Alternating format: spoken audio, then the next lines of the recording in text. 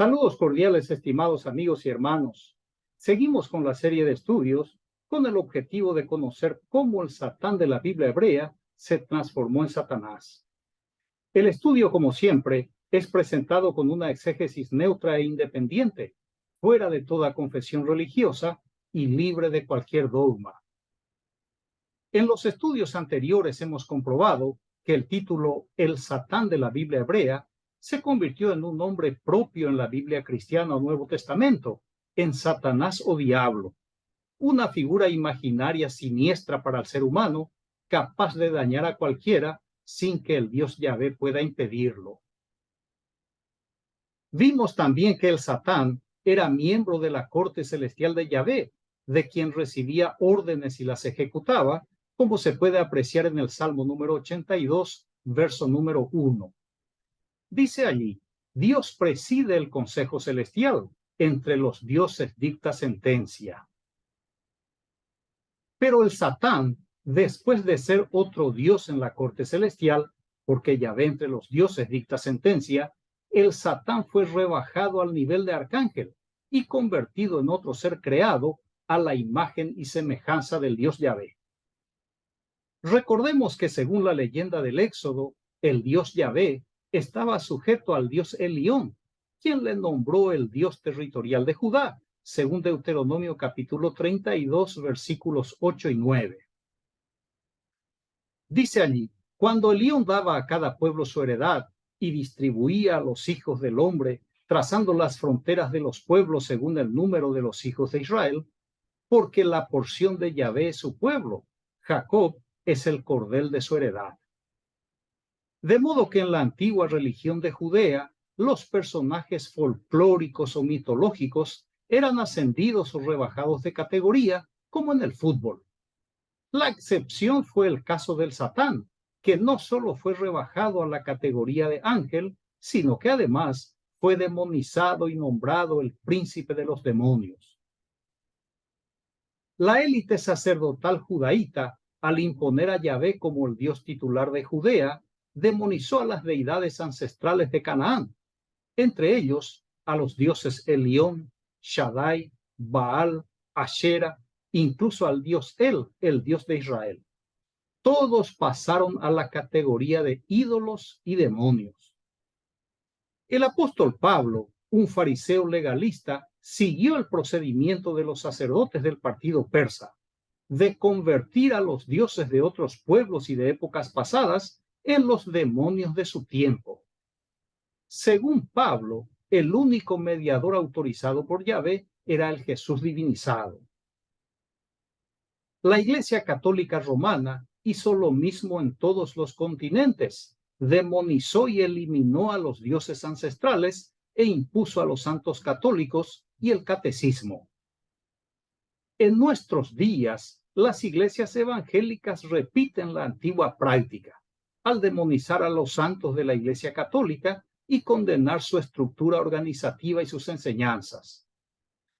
Este procedimiento recurrente es un fenómeno religioso repetitivo, producido en un ciclo interminable en que la religión que busca imponerse demoniza a la existente.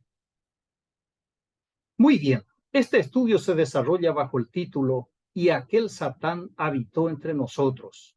El texto sobre el cual gira el estudio está en el libro del profeta Isaías, en Isaías capítulo 14, inicialmente los versículos 12 al 14, que dice: ¿Cómo caíste del cielo, oh lucero, hijo de la mañana? Tú que abatías las naciones, has sido derribado a tierra.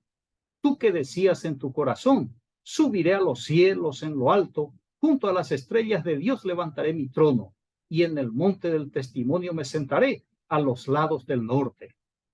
Sobre las alturas de las nubes subiré, y seré semejante a Elión. Esta sección del profeta Isaías es considerada por el mundo cristiano el relato de la caída de nuestro personaje estrella, el Satán. La lectura confesional asegura que se trata de la expulsión del miembro de la corte celestial, presidida supuestamente por el Dios Yahvé. En este sentido, examinaremos el pasaje para comprobar si se refiere al Satán o a Satanás o al diablo, y si la sección es un relato de su exclusión del cielo. La primera parte del capítulo 14 de Isaías, del versículo 1 al 23, es un escrito insertado en el libro del profeta después del regreso de la élite sacerdotal prisionera en Babilonia. Isaías 14, 1 y 2 dice: porque Jehová tendrá piedad de Jacob y todavía escogerá a Israel, y lo hará reposar en su tierra, y a ellos se unirán extranjeros, y se juntarán a la familia de Jacob. Y los tomarán los pueblos y los traerán a su lugar, y la casa de Israel los poseerá por siervos y criadas en la tierra de Jehová, y cautivarán a los que los cautivaron, y señorearán sobre los que los oprimieron. En esta redacción post-exílica, el autor escribe después de la caída de Babilonia y tras conocer el edicto del rey persa Ciro, que autoriza el retorno de los cautivos a Jerusalén. El redactor escribe como si fuera un mensaje profético, un anuncio de lo que el Dios Yahvé haría con su pueblo. Este fraude profético es común en la Biblia hebrea, porque es un libro sociopolítico que narra la conquista y el dominio sacerdotal judaíta sobre una población indígena integrada por varias tribus. El propósito de emplear este mecanismo redaccional es para leer a la gente campesina y demostrar que el Dios Yahvé es poderoso y que comunica sus decisiones solamente a su reino de sacerdotes. La intención es enfatizar la fidelidad del Dios Yahvé, que lo que él revela a su profeta, eso se cumple exacta e inexorablemente. Y consecuentemente, al ser un Dios confiable al 100%, el elenco sacerdotal judaíta es también confiable, porque fue elegido por el Dios Toro Yahvé para ser el receptor y ejecutor de su santa y sabia voluntad. Por eso el autor emplea los verbos en tiempo futuro, como por ejemplo, tendrá, hará, etc. Y lo más importante es que los extranjeros o las diferentes tribus se unirán a los judaítas, los varones como siervos o esclavos y las mujeres como criadas. En pocas palabras, los judaítas serán la clase dominante y el resto, los siervos y las criadas, la clase dominada. Y así lo hicieron. Lo hicieron con el respaldo del imperio persa y con el imperio de su propia fuerza. Los dos últimos versículos que sirven de cierre a esta sección son también para reforzar esta falsa profecía y resaltar que el Dios Yahvé es poderoso y que cumple su palabra. Isaías 14, 22 y 23 dice: porque yo me levantaré contra ellos, dice Jehová de los ejércitos, y raeré de Babilonia el nombre y el remanente, hijo y nieto, dice Jehová. Y la convertiré en posesión de erizos y en lagunas de agua, y la barreré con escobas de destrucción, dice Jehová de los ejércitos. Aquí el escritor le hace saludar a Yahvé con sombrero ajeno, porque cada pueblo tiene su propia deidad territorial, y el dios de los persas era Ahura Mazda. Por tanto, para los persas, la victoria sobre los dioses de la Babilonia de entonces fue una victoria de Ahura Mazda.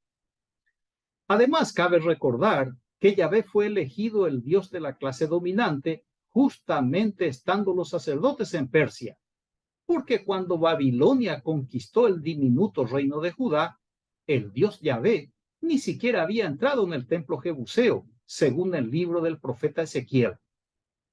En ese entonces Yahvé era venerado solo en Samaria, ciudad del reino del norte, hasta que fue reclutado por los sacerdotes judaítas, prisioneros en Babilonia.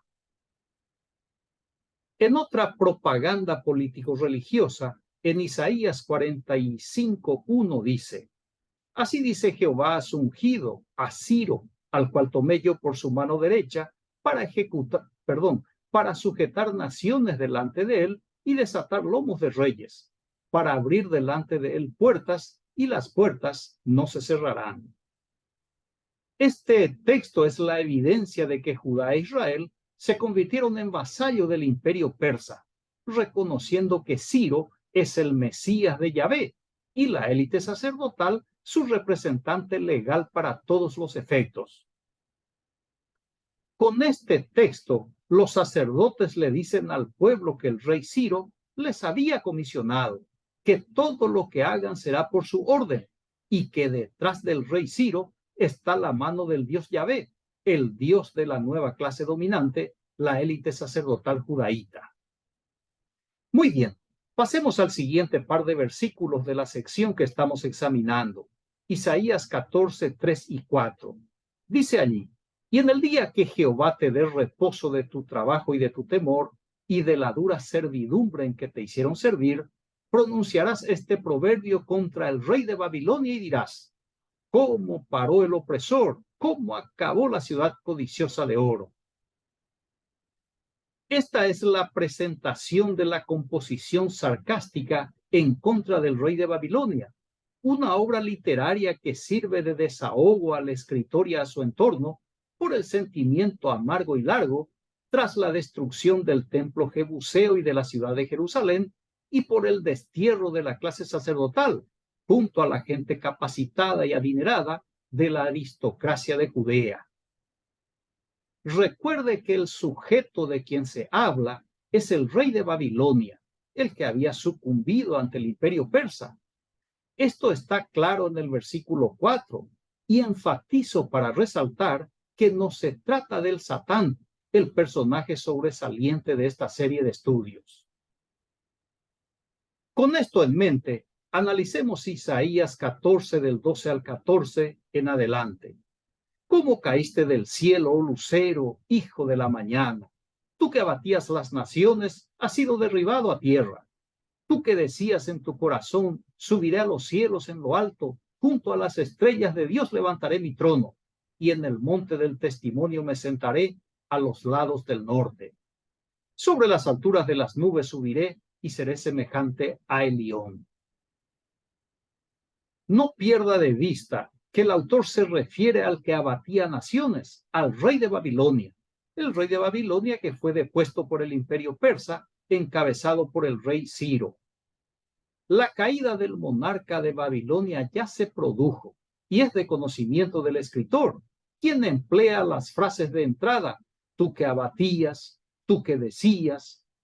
Además, el autor reconoce que el dios cananeo Elión era la deidad que presidía la corte celestial, al cual Yahvé estaba sometido.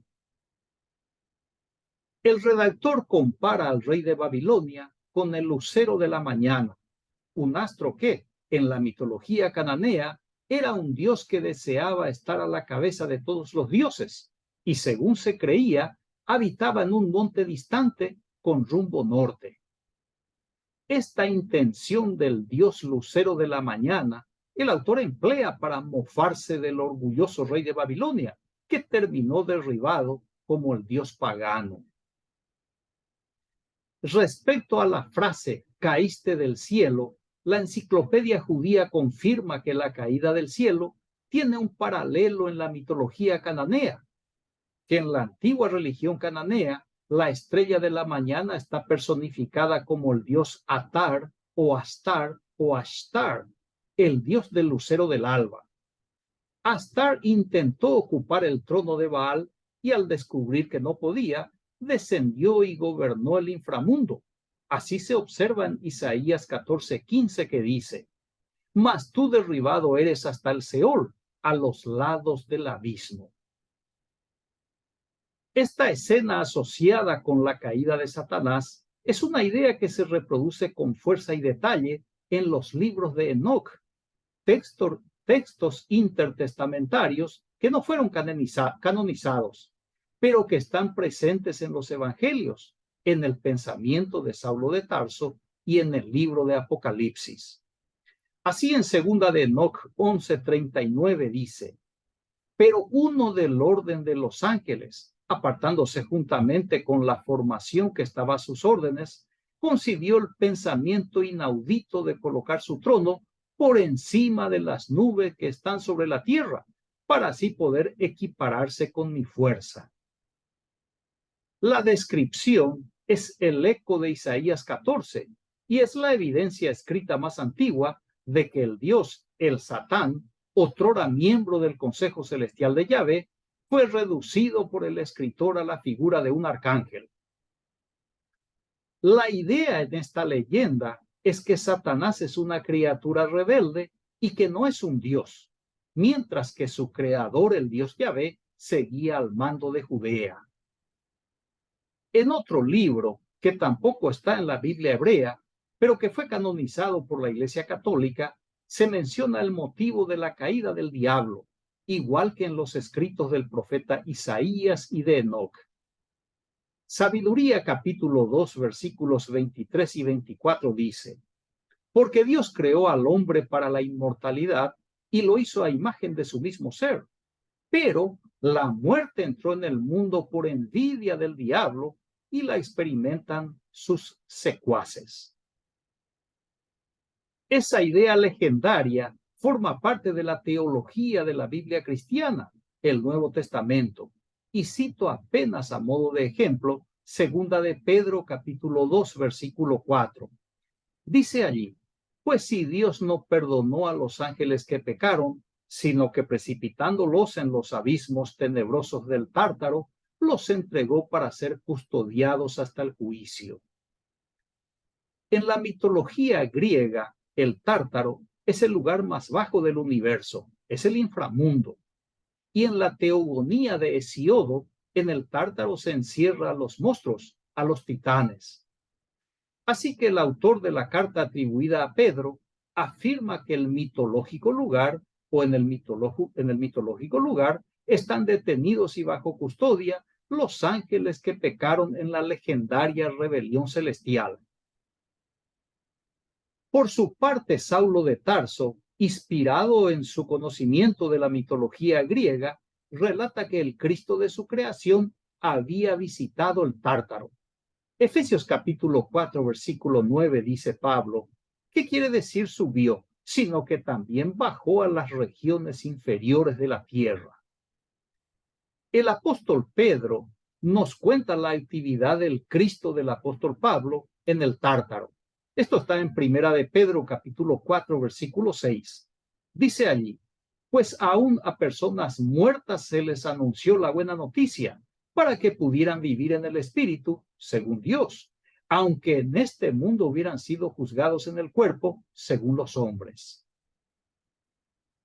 De acuerdo con este texto, el Evangelio de Pablo es tan poderoso que hasta en el Tártaro o el infierno hubo convertidos. Admirable, ¿no le parece? En la literatura religiosa, todo es posible. Ahora bien, recuerde que cada evangelio es una alegoría sobre la vida de Jesús el Galileo, basada en varios pasajes de la Biblia hebrea. Con este mismo procedimiento se obtuvo la figura de Satanás, con la aplicación del método alegórico basado en la sección de Isaías 14, para desarrollar la idea de que el texto se refería al diablo, y a concluir que el nombre del dios Lucero es el nombre de Satanás. Sobre la frase caíste del cielo, la enciclopedia judía afirma que el mito original pudo haber sido sobre el dios menor Heilel, tratando de destronar al dios el dios de Israel, y el dios supremo cananeo, quien vivía en lo alto de la montaña. Así que el nombre Heilel, que significa estrella de la mañana, en latín Lucifer, era un nombre para Astar, el dios del planeta Venus en la mitología cananea, que intentó escalar las paredes de la ciudad celestial, pero fue vencido por el dios Sol. Ya en la mitología romana, el nombre Lucifer se utiliza como un equivalente del dios griego Fósforo o Eósforo, el lucero del amanecer, hermano de Ésporo, lucero del atardecer. Lucifer se personificaba como una figura masculina que portaba una antorcha y se decía que era hijo de Aurora y Céfalos, y se le presentaba como el presagio del amanecer.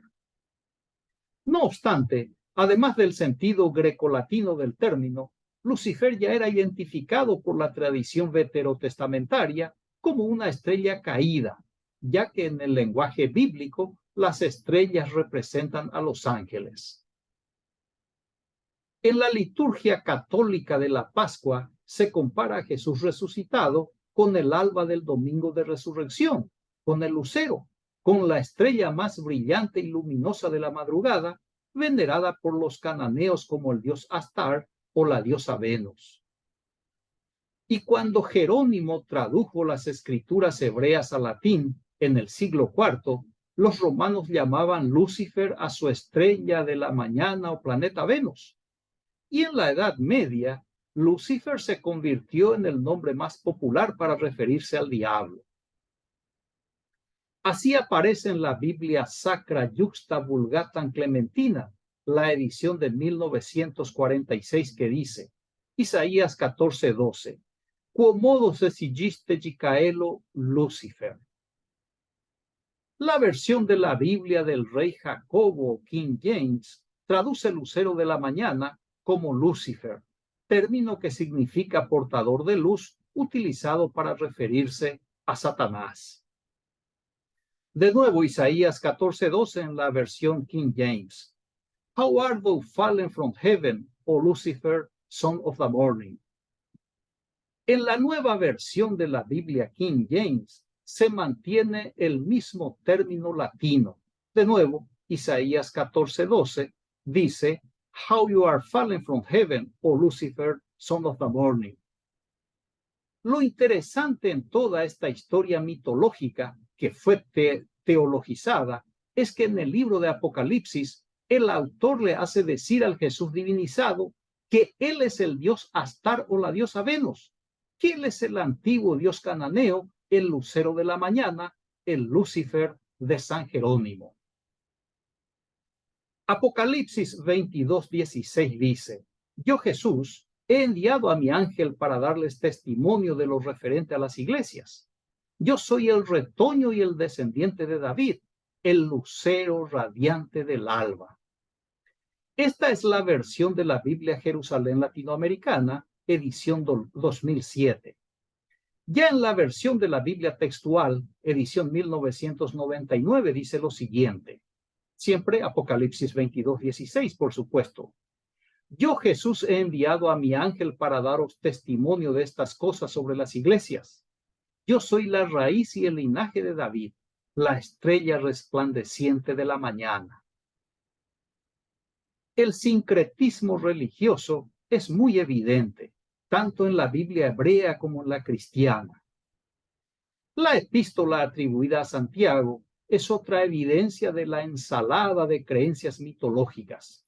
Santiago 1:17 dice, Toda buena dádiva y todo don perfecto desciende de lo alto, del Padre de las luces, en el cual no hay mudanza ni sombra de variación. El Padre de las luces es en referencia al dios Sol o lumbrera mayor, el dios que dirige el movimiento de los astros, como se menciona en el libro del profeta Ezequiel, cuando los astros eran adorados en el templo jebuseo, hasta la caída del reino de Judá. Finalmente, en el siglo IV, en la ciudad de Cagliari, capital de la isla italiana de Cerdeña, servía el obispo católico llamado Lucifer de Cagliari. Es un santo venerado en el catolicismo romano y en su tierra se construyó una iglesia que lleva su nombre, la iglesia de San Lucifer. Le dejo el enlace en la descripción para que lo lea, si así usted lo desea. Muy bien, concluyo el estudio con la observación del músico y cantante estadounidense Marilyn Manson. Siempre me he identificado con Lucifer, porque él quería ser Dios y no iba a aceptar las reglas de otro. Entonces lo echaron del cielo y creó sus propias reglas. Si la otra parte hubiera escrito la Biblia, Lucifer sería nuestro Salvador. Muy bien, agradezco su amable atención, reciba un fraterno abrazo y hasta el próximo estudio. Gracias.